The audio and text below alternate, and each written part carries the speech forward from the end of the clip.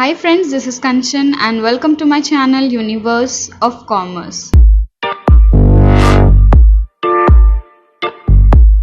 So students, as per schedule आज है Tuesday and second shift का लेक्चर है दैट इज इको। तो चलिए वीडियो की तरफ बढ़ते हैं।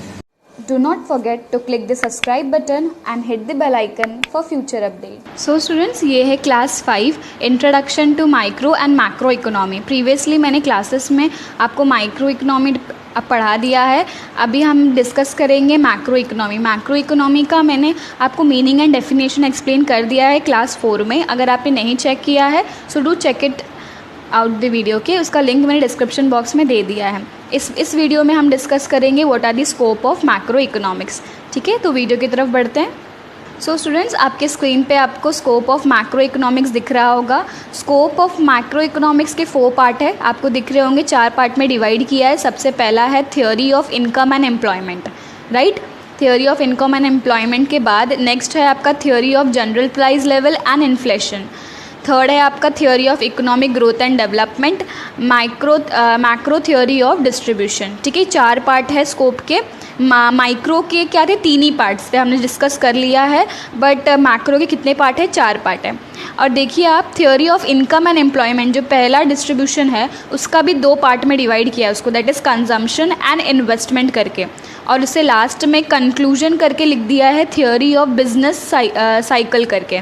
ठीक है, अब ये क्या है हम इसके जब एक्सप्लेनेशन पढ़ेंगे तभी मैं आपको बताती हूँ। ठीक है, तो आपको बस इतना याद रखना है इस स्लाइड में कि 4 पार्ट्स है उसके। ठीक है, मैक्रो के कितने पार्ट्स हैं, 4।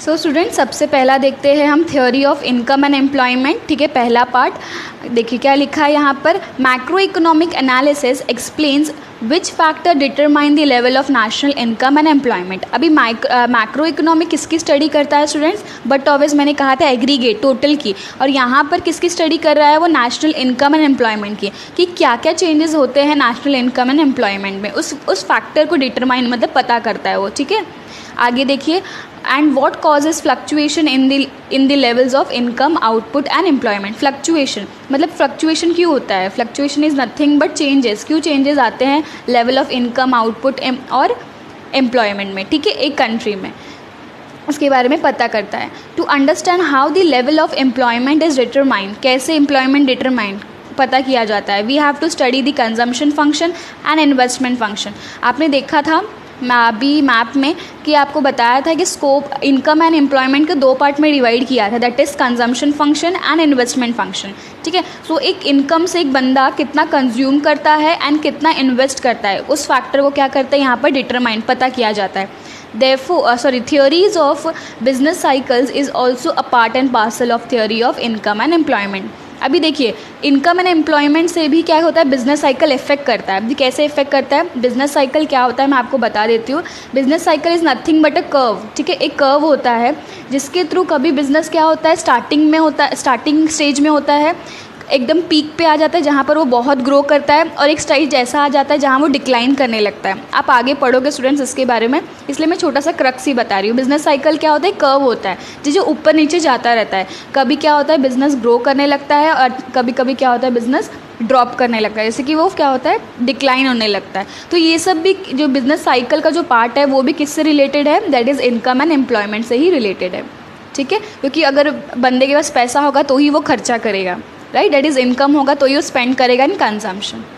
ठीक है, चलिए, तो यही स्टडी कौन करता है, मैक्रो इकोनॉमिक करता है। नेक्स्ट पार्ट देखते हैं। तो स्टूडेंट्स, अभी देखते हैं theory of general price level and inflation क्या होता है। जनरल प्राइस लेवल मतलब एक जनरली प्राइस लेवल बना दिया जाता है प्राइस का, कि इस कमोडिटी का प्राइस क्या होगा करके। ठीक है, macro economic analysis shows how the general price level is determined, कैसे एक जनरल प्राइस डिटरमाइन किया जाता है, उसका स्टडी कौन करता है, मैक्रो इकोनॉमिक करता है। And further explain what causes fluctuation in it, और बाद में क्या स्टडी करता है कि फ्लक्चुएशन प्राइस में क्यों चेंजेस आते हैं। आप भी जानते हो कि अगर प्राइस बढ़ेगा किसी पर्टिकुलर कमोडिटी का, particular commodity that leads to inflation, और अगर डिक्लाइन होता है तो क्या हो जाता है, डिफ्लेशन हो जाता है। ये 2 कॉन्सेप्ट आपने अभी इधर भी आपने पढ़ोगे और आगे भी आप पढ़ोगे इसके बारे में। सो वो चेंजेस क्यों होते हैं प्राइस में, वो आप कौन स्टडी करता है, मैक्रो इकोनॉमिक स्टडी करता है। The study of general price level is significant on the accounts of problems created by inflation and deflation. मैंने बताया ना आपको, प्राइस बढ़ना घटना इसके ऊपर बढ़ जाता है तो वो इन्फ्लेशन हो जाता है, और घट जाता है तो क्या होता है, डिफ्लेशन। दोनों भी पर्टिकुलर कंट्री के लिए सूटेबल नहीं है स्टूडेंट्स। ओके, वो उसकी स्टडी कौन करता है, मैक्रो इकोनॉमी करता है। थर्ड पार्ट देखते हैं उसका क्या है, theory of growth and development. Macro economy consist of the theory of economic growth. अभी देखो यहाँ पर मैक्रो इकोनॉमी क्या करता है, इकोनॉमिक ग्रोथ भी देखता है कि कंट्री का इकोनॉमिक ग्रो कैसे करेगा और डेवलपमेंट कैसे होगा।